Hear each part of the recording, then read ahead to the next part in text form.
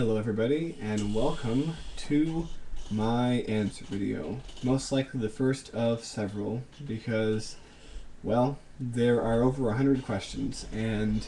oh, stupid speakers. I can't do anything less than give real and thoughtful answers to all the people who made questions. So, I just worked out at the gym. I just ran 3.5 miles. I lifted a bunch of weights, had a protein bar, and now I'm all ready to answer questions. It's only 3 in the morning. There's nothing I gotta do. Alright, so let's see. I'm gonna start from the first questions asked and head on towards the most recent one. So, and also, by the way, I'm going to be reading the names of the people who asked them, so to give them credit for their thoughtful questions, or if they're dumb questions, you can go troll them. Or don't really do that. Nah, you can do that if you want, I don't mind. Alright, here we go. First question is by UnitRico. He asked, what's your favorite kind of car, or car brand, or car in general? Well, I'm not really too much of a car person per se. It's kind of funny because I like driving, but I'm not that interested in cars. You know, I don't really know how to work inside a car. I know how to check the oil. That's about the extent of my abilities when it comes to cars. But I'm an excellent driver. I feel the road. I become the road. And it just sort of, this really works. But cars themselves, I mean, I do have some cars that I'm drawn to. Like, I mean, pretty much every guy. I don't know. For many years, I was very strongly in favor of American cars, you know, and I don't think they quite live up to the negative reputation they have, because there's a lot of good American cars out there, like, well, I don't know, I don't want to go and name out all the models, but something cool like an old Mustang would be something nice to drive. But you know what kind of car I'd really like to have? It's not American. I'd like to have a Mini Cooper. I don't know, I think that would be cool. Because I've seen them and they're just neat. I don't know why. I'm not really a fan of really big cars. Like, I don't really like SUVs or pickup trucks too much. It just seems kind of unnecessary. I want, you know, something small, you know, relatively small, with just a little bit of power under its hood, and that would be quite nice. You know, if I had more money, maybe like a BMW or something, or, you know, just something nice. I don't know, I'm not really too much of a car expert, so yeah, that's all I can really give for that one. Okay. You know how 00 asks, what do you believe is your major arcana? I'm not sure what that is. Hold on. Google. Major arcana. This has to do with tarot cards. Let's see. And there is 22 of them, I guess. Well, I'd have to give this more thought, because that's a lot of characters on here. I mean, it's 22. I'd have to think about it a little bit more. I mean, you know, tarot cards and that kind of thing is not ever something I really thought about too much in the past, so I can't really pull an answer right out. I don't know, but something, maybe I'm the fool. I don't know. I'll go with that for now, but maybe I'll give you a more thoughtful answer at a later date. Okay. Entersoftinc asks, do you ever brush your hair? How long have you been wearing glasses? What is your last name? Have you ever considered making a SimCity 2000 Let's Play? Alright, we're going to answer these one at a time. Do you ever brush your hair? No, not anymore. I mean, the length I have it now, it's kind of long for me, but it's actually the longest I've had it. It's really messy right now. Alright, but yeah, it's the longest I've had it in over 2 years. Usually it's much shorter than this. Before that, though, I used to have hair down to almost my nipples, actually, and while I needed, you obviously need to comb and brush your hair when it's that long, but I didn't do it as much as I probably should have if I wanted it to stay looking decent, because, I get out of the shower and I'd comb it once and I'd be like, yeah, that's good enough for the day. But over the course of the day, it'd get tangled and gnarled, and there was one point where this huge ball of matted hair formed up in here, and it was really just not good. But those days are long gone. I have short hair now. It's short enough that there's really no need to comb it. I mean, maybe this could use with a little brushing to make it nice, but I don't intend to keep my hair like this for very much longer. How long have you been wearing glasses? I started wearing glasses when I was in 3rd grade. So that would make me 8 or 9, depending on what part of the year it was. I have the feeling that I was 8, though.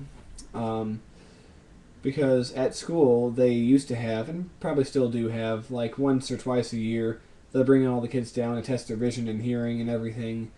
And they must have noticed that my vision was not, 100% strong, so they told my parents to take me to an, optometrist or whatever, an eye doctor, basically. And they prescribed my first glasses. Now, back in the 80s and early 90s, early to mid 90s, it was big glasses were popular, that big. And, my dad had them. Don't think my mom had them, but a lot of people had them. So I had big glasses for the first several years that I had glasses. And I was only the second or third person in my class to get glasses. It was kind of awkward at first. I didn't wear my glasses all the time. Only basically during school. I would take them off as soon as I got home. But, as the years, my childhood passed, I started wearing them more and more, to the point where when I was 15, I started wearing them all the time. That's about the time I really started being planted in front of the computer most of my free time, and I couldn't really read what was on the screen or make it out too clearly unless I had my glasses on. So pretty much at the age of 15, it was, glasses are kept on the nightstand and put on my face as soon as I woke up and stayed there until I went to bed. And that's the way it's been for the last 10 years. And that's probably the way it's going to be for the rest of my life. Unless I have laser eye surgery or something. But I don't really plan on doing that. I don't really see the need. Okay. What's your last name? My last name is Little, as in Ian Little. It's, I have said this before, but I guess it's easy to overlook it because I probably said it a while ago. And have you ever considered making a SimCity 2000 Let's Play? Fun fact. Back in last year, 2010, when I was going to make my SimCity 4 Let's Play, that was actually not my first intention. I actually wanted to make a SimCity 2000 Let's Play, and I turned, several parts of my parents' house upside down looking for the disc. And then I'm like, when's the last time you saw that disc? And then a sinking feeling came into me when I realized it was back in 2004.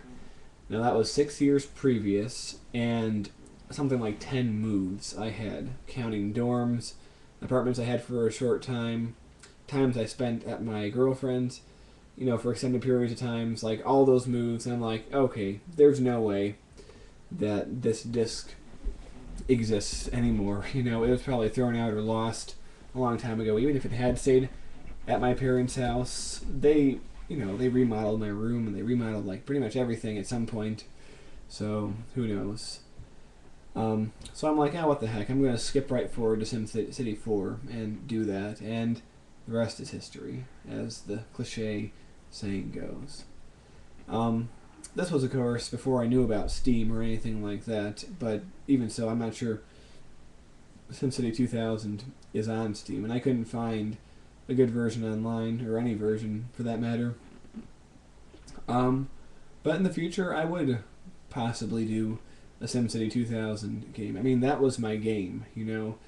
Sonic was my game when it came to a console gaming, but for strategy simulation gaming, SimCity 2000 was my game from 1995 all the way until, I believe, I played it more or less semi-regularly. Like, I played a little, then I put it aside, then I played a little, and that continued all the way until 2005.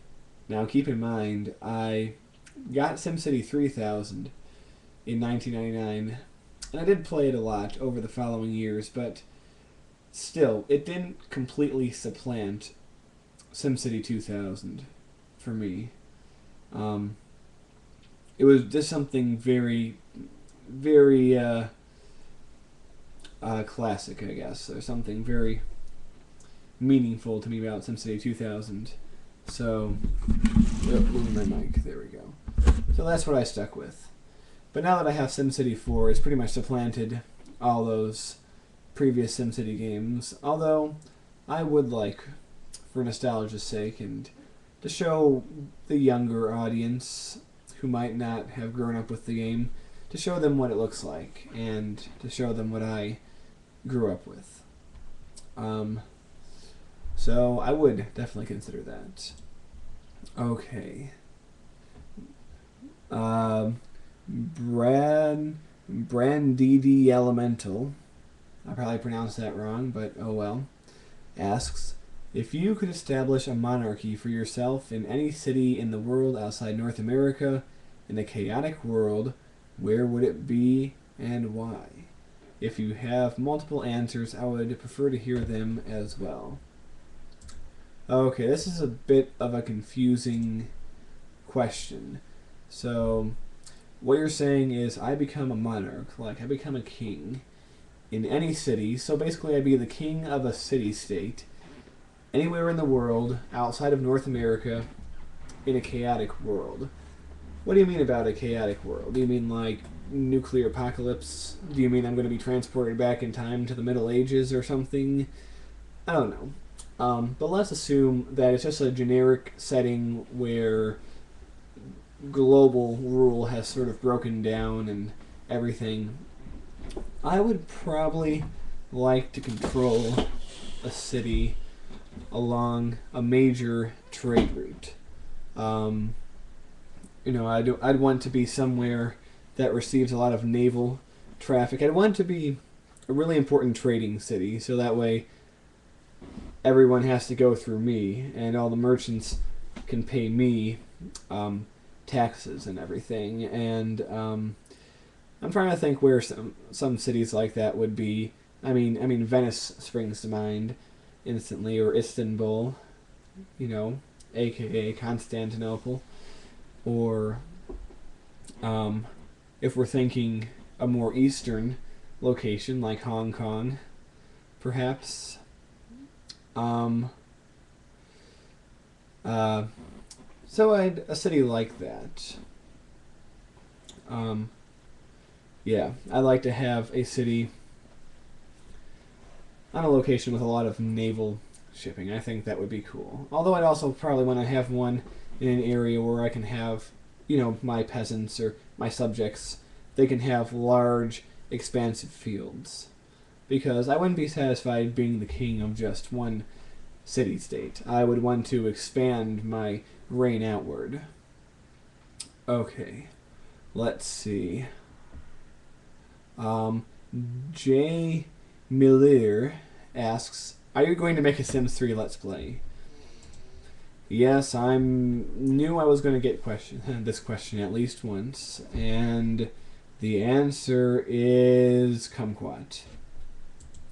bcbgvbhi asks, if Eric wasn't gay, what color would he be? Purple. Okay. Hatton755 asks, what is your favorite band/bands? And I heard you make music, so what kind do you make and what instruments do you play? Okay, well, I'm a fan of many different bands, many different genres of music that are not necessarily the same. I mean, probably what I would consider my home genre, so to speak, is progressive rock. And it's something that's very not current, not mainstream, not contemporary even. Its peak was in the 70s in England and the UK of all places. So in a country I've never been to, in a time before I was born, but still the music speaks to me in a way.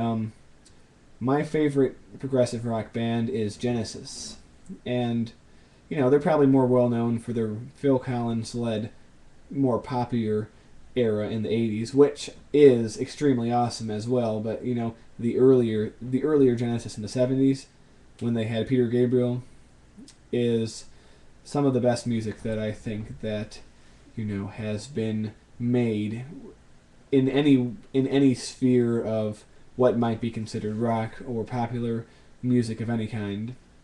Some other progressive bands I like. There's Yes, there's Rush, King Crimson, Emerson, Lake and Palmer. Even the Moody Blues can be considered in there, and there's like 1,000 others. But that was where I sort of found a bit of a musical home in those kinds of bands. Although I am also a really big fan of pretty much any kind of rock, especially hard rock or metal. I'm big into that. And I like grunge too. My favorite band that is not a progressive rock band is, I would definitely say, Pearl Jam. I mean, it's kind of funny because Pearl Jam was always around in my life. They were really big when I was, a little kid. I mean, I didn't really know it. I was kind of out of the pop culture loop, but now I've really just, I listen to Pearl Jam's music, and it really speaks to me in a very direct and definite way that most music out there does not do. So, by far my favorite grunge, alternative rock band is Pearl Jam, and I hope to see them next year if I can. They're still going strong after 20 years, and it's amazing. I love them. I like all the other big grunge bands that you've heard of. Of course, Nirvana, Alice in Chains, and Stone Temple Pilots, Soundgarden. Those are the big five that people know. And then there's a lot of other alternative rock, you might call it, that's outside of not strictly grunge that I like. I even like hair metal. I'm a big hair metal fan. Anything, what bands can I think of? Like Skid Row or Poison or bands, anything like that is good. All the way to metal like Metallica or Slayer is always good to rock out to. And then again, I have weird things that seems totally contrary to any of those categories. Like, I'm a big Lady Gaga fan. I am not at all ashamed to admit it. I freaking love Lady Gaga. I think she's great. And, it's hard to, unite all these different various factions of music into one concise definition. So, I don't know. As a musically oriented person, I tend to just, I don't know, I sort of branch out and I look and I find things that are good and appeal to me, and then I try to understand why they appeal to me, and then I try to take that, try to understand those elements and use them in my own music, which is, of course, a very difficult process because that stuff sort of has to be developed and grown over time, and I've kind of been out of songwriting for so long. As far as what instruments I play the piano, the keyboards, and that's about it. I mean, I own a bass. I'm not too good at it yet. I've been too lazy to practice, even though I've had the bass for 2 years now. There was a time where I wanted to become a drummer. I am pretty good, like if you give me a snare drum and ask me to drum something out on it, I'm pretty good with that. But if you set me down in a drum set, I haven't practiced with that enough to where my coordination would be good to make a beat of any kind, but I'm pretty sure I could get it if I practiced, And I've always wanted to learn the guitar ever since I was young, but I've never had the patience to actually do it. I mean, I thank my parents for sticking me with piano lessons for as long as they did, because I can pretty much pick up and play songs with very little work, especially if they're relatively simple. With a more complicated song, of course I'm going to have to practice a bit, but most simple songs I can pick up pretty easily on the piano.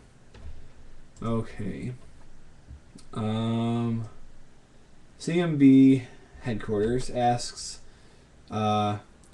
2 questions. Okay, his first question is, why doesn't the paratrooper make any co-commentaries? I mean, you live next door to him. The paratrooper is, of course, my roommate. He's over there, probably asleep. Might be awake, who knows. But the reason he's not in any co-commentaries is, well, I mean, he's not much of a gamer. It's just not something he ever really did. So I guess it really wouldn't hold any interest for him to appear in any of my gaming videos. I mean, he is fine with appearing in suddenplant videos every now and again. But one thing you have to realize is that I think 9 out of 10 people in the world are camera shy, and they don't really like to sit in front of a camera and just be exposed to everyone looking at them. And then there's the weirdos, the 1 out of 10 that relish in the attention of the camera, and I happen to be in that 1 out of 10. And I think that every major YouTube personality is also part of that 1 in 10. I remember, okay, I'm not a big fan of Ray William Johnson anymore, but I used to be a bit of a fan when his videos actually were a little bit thoughtful and not just mindless. And over on his Breaking NYC channel, he addressed a question that was given to him. Someone asked him, like, "What do you only have YouTube friends? I only ever see YouTube friends on your Breaking NYC." And Ray was like, "Well, no, I have a lot of friends that aren't YouTube friends, but it's the YouTube friends that are willing and comfortable to be in the camera, to be exposed on the camera." And that makes sense, because, if he went up to his non-YouTube friends, it's like, "Oh, hey, you want to be on YouTube? I got my camera here." And it's like, "Oh, here comes Ray with his camera." That's kind of weird, And I don't want to be the weirdo, like, "Oh, I'll be on my camera," I mean, both Brian and Mike are in a number of things, but I don't know. I feel that they are still part of the 9 out of 10, where, yeah, they'll go in front of a camera, but, they don't relish it. They don't love it. I mean, maybe Mike does to a certain extent, but even him, I don't know.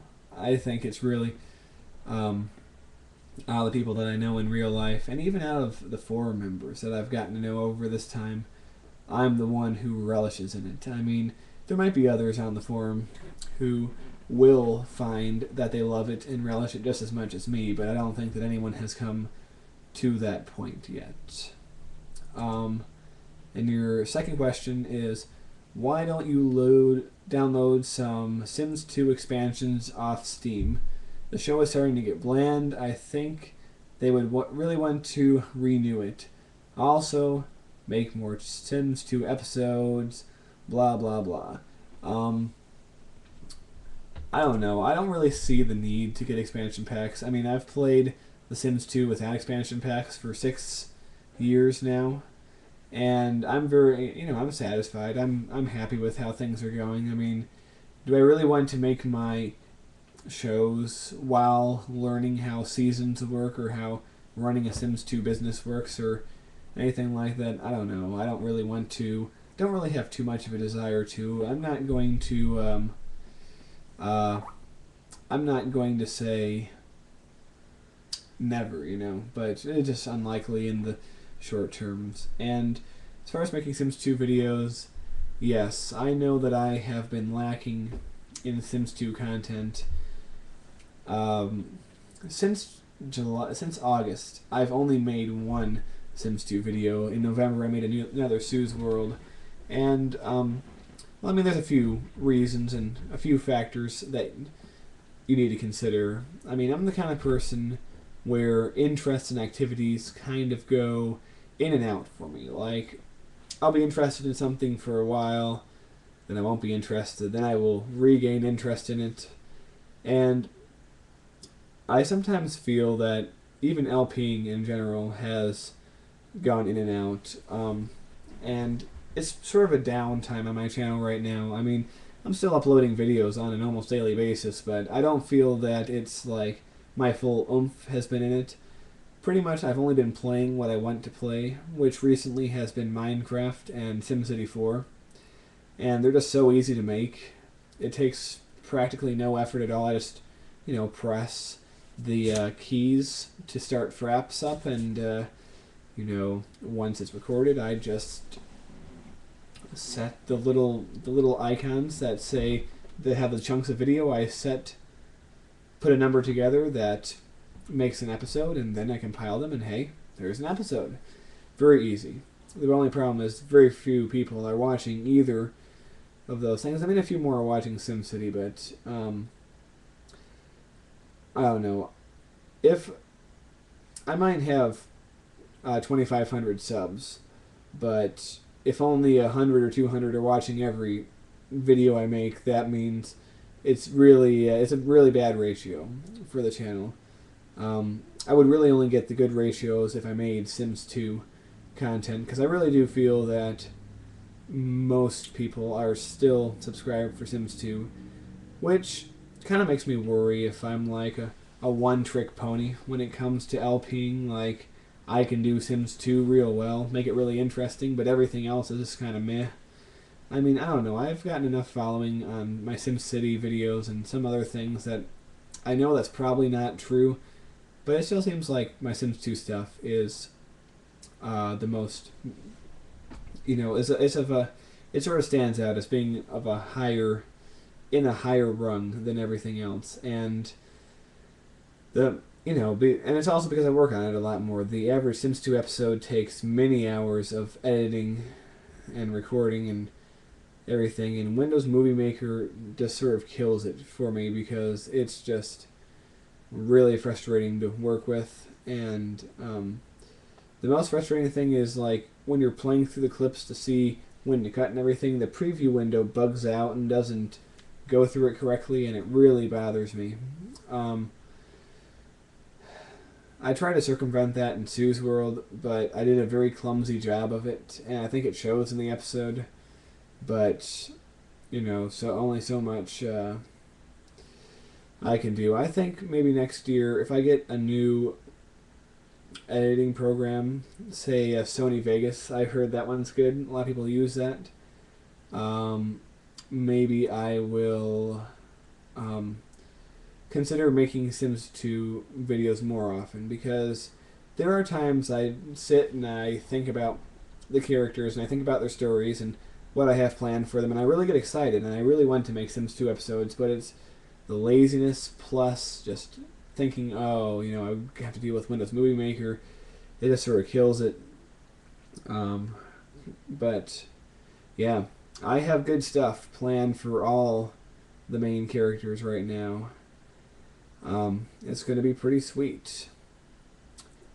So maybe I'll get Sony Vegas or something next year. Or, I don't know. I want to spend too much money. I'm a cheap guy, really. But once I get better editing software, hopefully I'll make more Sims 2 videos for all of you. Okay, well I think 30 minutes is long enough for the first video. I might make more tonight, I might not. Haven't decided yet, but I think I've made a pretty good start. So, see you all later.